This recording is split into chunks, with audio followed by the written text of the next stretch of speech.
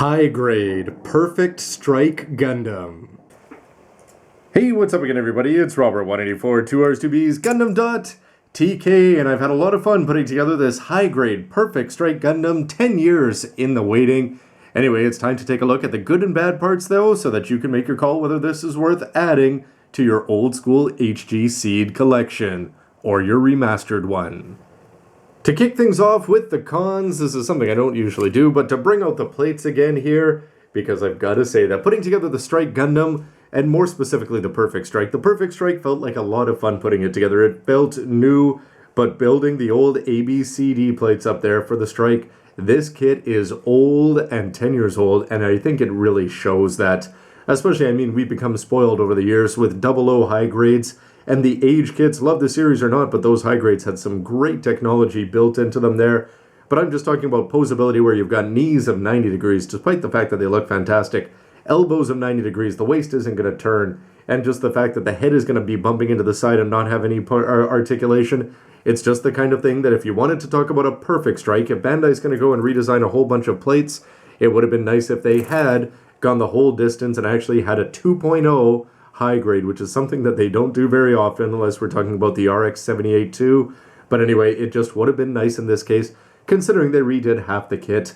Anyway, the manual, even though it looks great, it's the kind of thing you've always got to wonder about this. They're going to tell you to X out certain parts on the inside and don't use this and don't use that. But the problem is that some of those things are actually quite usable, and it's the kind of thing that Bandai they're already got a 5-page fold-out manual. Why not show how to put together everything, and then which parts you really are not going to be using for anything? But if you've got a hand in a beam saber, I mean, why X it out? I mean, if you want to go paint it up and do the hand up in gray, it's just the kind of thing that there's all sorts of stuff there that just are possible. Throw them in a Ziploc rather than throwing out your plates if you're just following the X's blindly. It just seems like you're wasting plastic, and more importantly, play options. But speaking of play options, when you've got an anti-ship sword, it's not the kind of thing that you're going to be reaching for your regular plain beam sabers that often. But when you've got an ugly, old-school 10-year-old white beam saber attached onto an all-white hand, very dull, but I mean, you've already got these clear pink effect parts. If they're going to be putting 3 of these onto the nice new equivalent A-plate for the Perfect Gundam, or the Perfect Strike, why not just do up some beam sabers while you're at it, 5 parts, or just throw in that little tiny sprue? What's it going to cost, 30, 40 yen kind of thing? Tack it on to the price if you have to. I mean, you've all got extras sticking around. It's just the kind of thing where they're giving you half the parts and not all of them, and then telling you to throw out the white ones in the first place. However, one of the biggest issues has to be that massive seal sheet that everybody is going to be crazy good or bad about that. Because the fact is, when you've got this many seals to put on, that's definitely showing a lack of plastic to go on the inside there, which is something you wouldn't normally be complaining about. You'd think for a kit that's going to have 9 colors in there, but some of them are just a little bit surprising. The yellow trim and stuff like that, to be expected, but the red ones that are going to be over there going around the red parts, those are just terrible the way they actually work out in practice. And when you've got this much plastic back here on the ale pack, why these are actually done out of large, massive seals instead of red plastic, that one's a little bit beyond me, because if we've got red here and a multitude of plates, well, 2 plates anyway, it's just the kind of thing they could have thrown that in plastic instead of seals.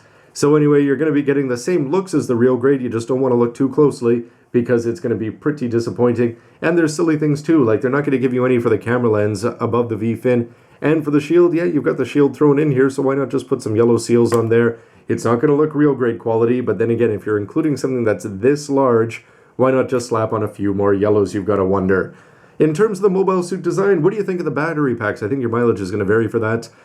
Sometimes I'm struck by it and I think it's actually sort of cool. Other times, just the plain simplicity of the regular ale pack is very nice. It is cool that they are going to be giving you that white part there, but they're not going to show you how to use it, and you do lose the ability to put the weapons there on the back. However, if you're just going to have them in hand anyway, it's the kind of thing that you're going to have tricks that you may not know about unless you go read the plates carefully. It's not going to take all that much effort, but Bandai, why not make that an option? And at the end of the day, probably one of the bigger complaints is just going to be, he's back heavy, so if you want him down on the ground and you want those legs to be straight, you can imagine that he's going to go toppling straight back like that, and that's the kind of thing that's to be expected, but some of the pros will get you around that by getting them other places.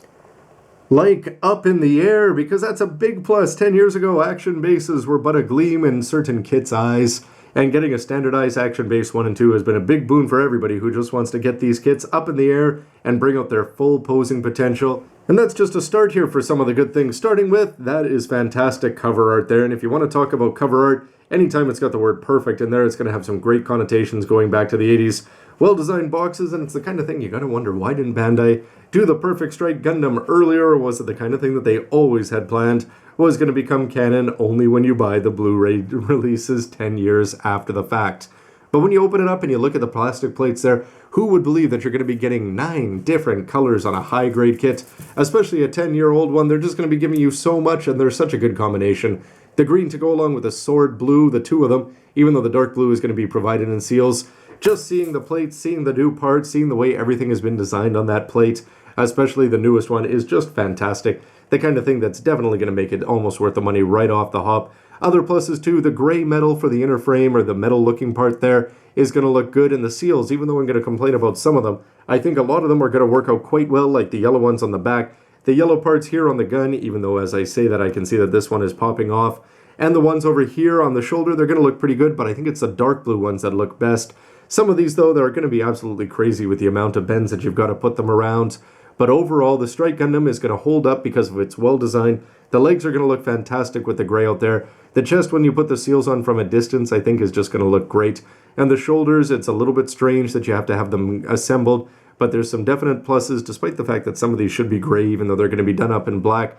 Overall, there's just a lot of colors in a short area, and that's the kind of thing that's just a big plus. When you combine the fact that you're going to actually have some decent mobility down here for the back of the ale pack, and the weapons are going to sit in there and sit in there incredibly well. The anti-ship sword, it's going to plug in on 2 pegs there, and this green gun here.